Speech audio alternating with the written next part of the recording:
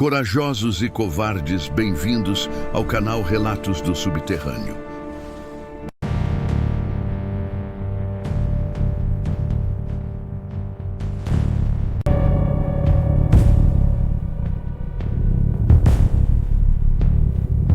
Existem lugares que deveriam permanecer esquecidos, casas que a memória coletiva apaga por um motivo, endereços que somem dos mapas não por erro, mas por necessidade. Esta é a história de alguém que encontrou um desses lugares e descobriu que algumas portas, uma vez abertas, jamais se fecham completamente. Marcos era corretor de imóveis há 15 anos. Conhecia cada rua da cidade, cada bairro, cada construção abandonada, ou pelo menos achava que conhecia. Até o dia em que recebeu uma ligação de um número desconhecido. A voz do outro lado era rouca, quase um sussurro forçado.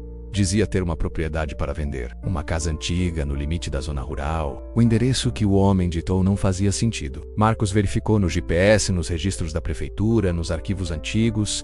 Nada. Aquela rua simplesmente não existia nos mapas oficiais. Mas a curiosidade é uma força poderosa. E Marcos tinha uma regra: nunca recusar um cliente sem ao menos verificar. No sábado seguinte, ele seguiu as instruções rabiscadas em um papel amassado. Estrada de terra. Terceira curva após o posto abandonado. Porteira caída à esquerda. E lá estava ela. Uma casa de 2 andares. Janelas escuras como órbitas vazias. Uma cerca de madeira apodrecida cercando um jardim onde nada crescia. O silêncio ao redor era absoluto. Nem pássaros, nem vento, nem o zumbido distante de insetos. Apenas silêncio. A porta da frente estava entreaberta. Marcos empurrou devagar e o rangido ecoou como um grito abafado. O interior cheirava a mofo e algo mais, algo adocicado e podre que grudava na garganta. A sala principal estava vazia, exceto por uma cadeira virada de costas para a entrada e uma mesa coberta de poeira. Sobre a mesa, um diário encadernado em couro gasto. As páginas amareladas estavam repletas de uma caligrafia apertada, quase desesperada. Marcos pegou o diário e leu a primeira entrada. Dia 1, a casa me escolheu. Agora preciso entender por quê. Ele deveria ter largado o diário ali. Deveria ter saído imediatamente. Mas continuou lendo, página após página de relatos perturbadores. Alguém que havia morado ali. Alguém que começou a ouvir sussurros vindos das paredes. Alguém que descobriu que a casa tinha memória e fome. A última entrada estava inacabada. A frase cortada no meio como se a mão que escrevia tivesse sido arrancada do papel. Eles não estão nas paredes, eles são as paredes. Foi quando Marcos ouviu um som baixo, rítmico, vindo do andar de cima. Passos lentos arrastando sobre o piso de madeira. Mas ele tinha certeza absoluta de que estava sozinho. Tinha verificado cada cômodo antes de entrar. A casa estava vazia, completamente vazia. Os passos pararam. E então veio o sussurro. Não vinha de um lugar específico. Vinha de todos os lugares ao mesmo tempo. Das paredes, do teto, do chão sob seus pés. Uma voz que não era voz, palavras que sua mente se recusava a processar completamente. Mas uma frase ficou clara, cristalina, impossível de ignorar. Você leu, agora você sabe, e quem sabe, fica. Marcos largou o diário e correu para a porta, mas a porta que estava entreaberta agora estava fechada. Trancada por dentro, ele puxou a maçaneta com força, chutou a madeira, gritou por ajuda, nada. As janelas estavam lacradas com tábuas que ele jurava não estarem ali antes. O pânico subiu pela garganta como bile, e os passos recomeçaram. Mais próximos agora, descendo a escada. Um degrau de cada vez, devagar, sem pressa, como se soubessem que ele não tinha para onde ir. A racionalidade é a primeira coisa que você perde quando o medo verdadeiro toma conta. Marcos repetia para si mesmo que havia uma explicação lógica. Correntes de ar fecharam a porta. As tábuas na janela sempre estiveram ali e ele simplesmente não notou na primeira vez. Os passos eram apenas a madeira velha se acomodando com a mudança de temperatura. Ele era um homem de 42 anos, pai de família, profissional respeitado.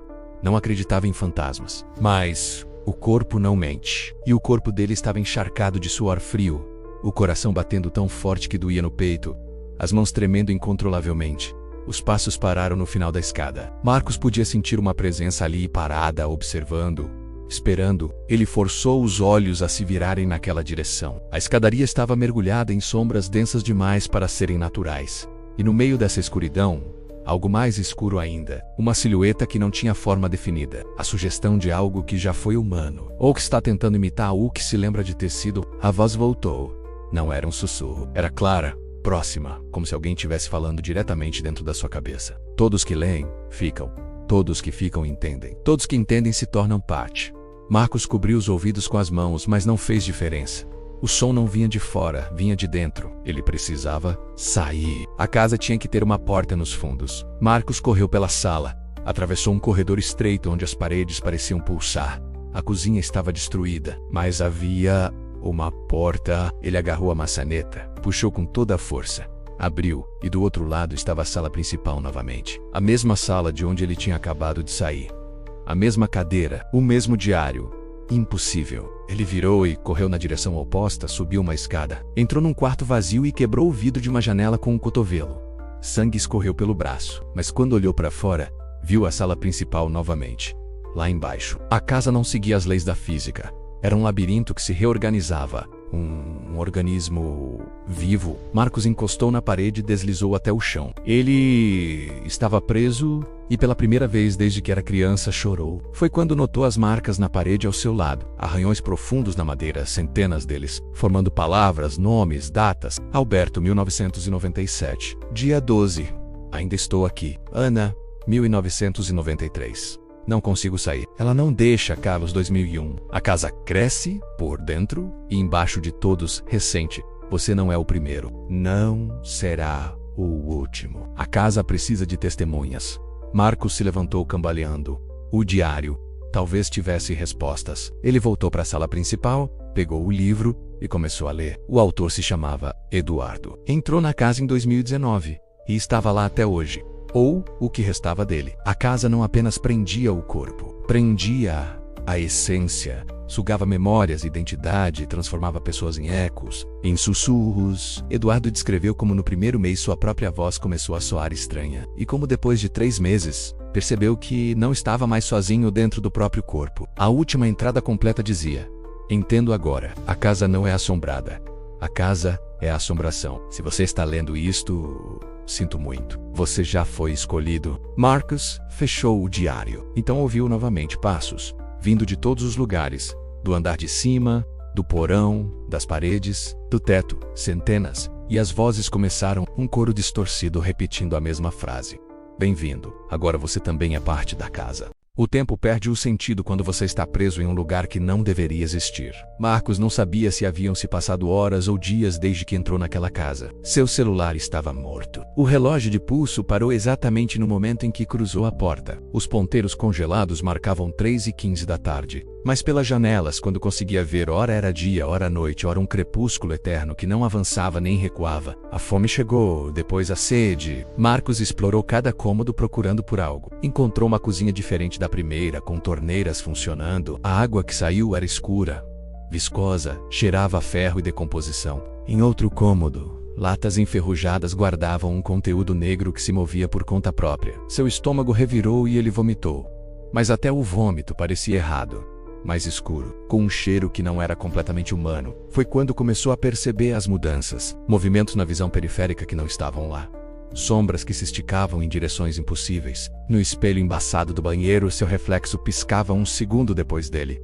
Sorria quando ele não estava sorrindo. Marcos evitou espelhos depois disso. A casa começou a usar vozes conhecidas. Sua esposa, seu filho. Sua mãe, morta há 10 anos, cantarolando uma canção de ninar. Ele corria em direção aos sons, desesperado, mas só encontrava silêncio. E algo observando dos cantos escuros. No que ele calculou ser o 3º dia, encontrou outro diário. Era mais antigo. Pertencia a uma mulher chamada Helena, de 1974. Ela descrevia a mesma prisão, os mesmos truques. Helena tentou mapear a casa. Desenhou plantas. Descobriu que a casa mudava. Ela crescia, criava novos espaços, novos andares que não existiam por fora, expandindo-se para outra dimensão. Helena escreveu sobre os outros. Fragmentos de pessoas que a casa consumiu, cada um preso num loop eterno antes de se dissolver na estrutura. Ela listou dezenas de nomes, alguns do século XIX. A casa era antiga, muito mais antiga. Helena acreditava que a casa era um predador consciente. Alimentava-se de consciência humana, atraindo pessoas com traumas específicos, oferecia a ilusão de controle até ser tarde demais. Marcos olhou para as próprias mãos. A pele mais pálida, as veias escuras. Ao tocar a parede, sentiu uma conexão, sentiu o pulso lento e profundo da casa. E percebeu, com horror, que conseguia ouvi-la. A fronteira entre ele e a casa estava se desfazendo. Ele entrou em pânico, correndo, gritando, quebrando tudo. Precisava manter sua individualidade. Não podia se tornar apenas mais um sussurro nas paredes. Foi quando encontrou a porta, de metal oxidado, coberta por símbolos estranhos e trancada com 7 fechaduras. Uma placa de bronze corroída dizia: "O coração da casa, onde tudo começou, onde tudo termina." Seus instintos gritavam para se afastar, mas a curiosidade sussurrava que as respostas estavam ali. Ele procurou as chaves e encontrou, uma a uma, espalhadas em lugares significativos. A casa estava guiando-o, queria que ele abrisse a porta. E Marcos, mesmo sabendo, não conseguiu parar. Ao girar a 7ª chave, as fechaduras se abriram com estalos que ecoaram pela casa inteira. E então, silêncio absoluto, como se a casa prendesse a respiração, esperando. Ele colocou a mão na maçaneta. O metal estava quente, pulsando como carne viva. Ele respirou fundo e abriu. Do outro lado da porta, não havia um cômodo. Havia um vazio, um espaço que desafiava toda a compreensão de geometria e realidade. As paredes se curvavam para dentro e para fora ao mesmo tempo. O chão existia e não existia simultaneamente. A luz vinha de lugar nenhum e iluminava tudo com um brilho doentio e pulsante. E no centro daquele impossível, havia algo que Marcos levou vários segundos para processar como real.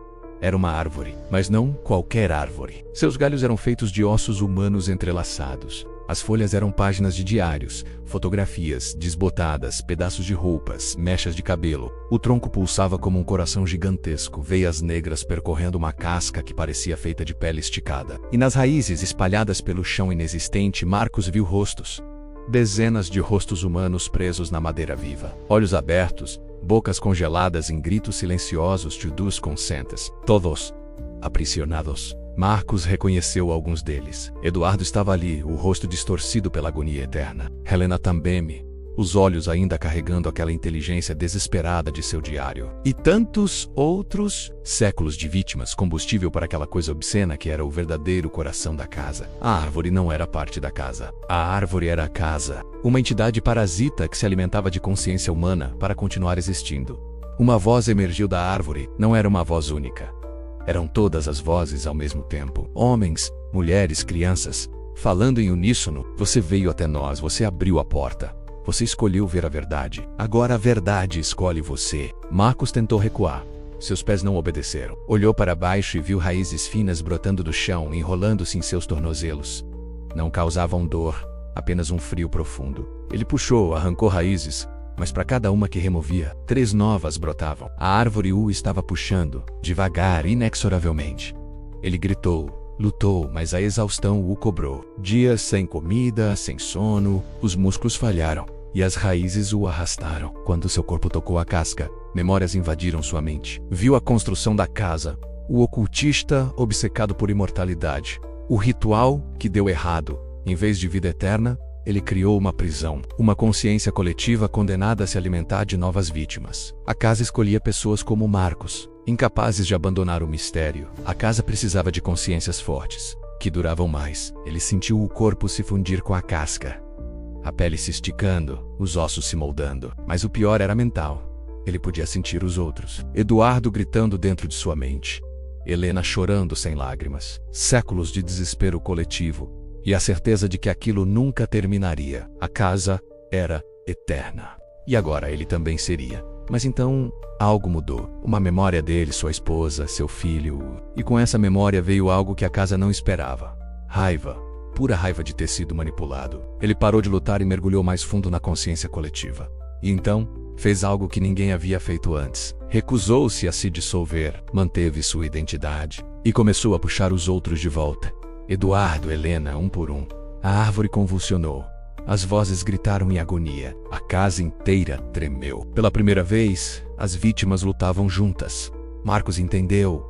A casa se alimentava de isolamento. Mas unidas, as consciências eram mais fortes.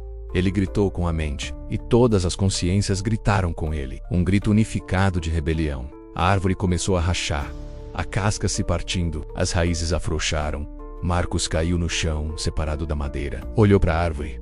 Os rostos não estavam mais em agonia. Estavam determinados. Eles não estavam mais dispostos. Marcos acordou na estrada de terra. O sol estava nascendo. Seu carro estava estacionado exatamente onde havia deixado. O corpo doía como se tivesse sido espancado. As roupas estavam rasgadas, sujas de terra e de algo que parecia seiva escura. Ele se levantou cambaleando e olhou ao redor. A casa ainda estava lá, mas diferente. As janelas não eram mais órbitas vazias. Eram apenas janelas quebradas de uma construção abandonada comum. A porta da frente balançava ao vento. Não havia mais aquela presença sufocante, aquele peso no ar. Ele se aproximou devagar, cada passo exigindo esforço. Parte dele gritava para correr, para nunca mais olhar para trás, mas precisava saber. Entrou. A sala principal estava vazia, completamente vazia. Sem móveis, sem o diário, sem marcas nas paredes, apenas poeira e destroços. Subiu as escadas. Os degraus elas rangiam, mas era o som normal de madeira velha. Sem passos fantasmas, sem sussurros. Verificou cada cômodo. Procurou a porta de metal com 7 fechaduras. Procurou a árvore pulsante. Nada. Apenas silêncio. Marcos saiu e caminhou até o carro. O motor funcionou. O relógio do painel marcava 6h20 da manhã de domingo. Exatamente um dia depois de ter chegado. Apenas um dia. Mas ele sabia. Tinha sido mais. Dirigiu de volta para a cidade em silêncio absoluto. Quando chegou em casa, a esposa correu para abraçá-lo. Ele inventou uma história simples. Ela aceitou. Nos dias seguintes tentou retomar a rotina, mas algo havia mudado. Evitava espelhos, evitava o silêncio. Dormia com a luz do corredor acesa. O escuro agora parecia vivo. 2 semanas depois, recebeu um envelope sem remetente. Dentro, uma fotografia antiga. A casa, recém-construída em 1847. Na frente, um grupo de pessoas. Marcos reconheceu os rostos que vira presos na árvore. E no canto direito, parcialmente escondido, viu a si mesmo, olhando diretamente para a câmera, com a expressão de quem sabe demais. Ele queimou a foto, mas a imagem permaneceu. E com ela uma certeza. Ele não escapara. A casa o deixara ir. E havia um motivo. Ele era parte dela agora. Um fio invisível ligando sua consciência àquela entidade. Os sonhos começaram. A casa, a árvore... E desta vez pessoas conhecidas presas nas raízes. A esposa, o filho, todos olhando para ele como se a culpa fosse dele. Ele pesquisou. Pessoas desapareciam naquela região por décadas. Mas nos últimos 5 anos, nenhuma. A casa não parou de existir. Ela evoluiu. Olhou para as próprias mãos. Sentiu o fio. E entendeu. A casa não precisava mais prender corpos. Tinha ele. Tinha outros como ele. Sementes espalhadas pelo mundo. Portais ambulantes. Marcos fechou o computador, olhou pela janela e percebeu que nunca mais seria livre. Ele carregava a casa consigo. Onde quer que fosse, ela estaria lá sussurrando, esperando, crescendo. A pergunta que o mantinha acordado não era se a casa voltaria, mas quando e quantos ele levaria consigo. Porque a casa não o deixou ir por piedade. Deixou porque ele era mais útil do lado de fora. Mais útil como contágio. Alguns lugares deveriam permanecer esquecidos. Mas agora você sabe, e saber muda tudo.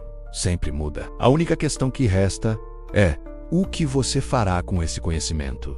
Vai esquecer? Ou vai deixar a curiosidade vencer? Porque se for, saiba disso. Ela está esperando. Sempre esteve. Sempre estará paciente en faminta eterna. E essa foi mais uma história de relatos do subterrâneo. Se você gostou, deixe seu like, se inscreva no canal e ative o sininho.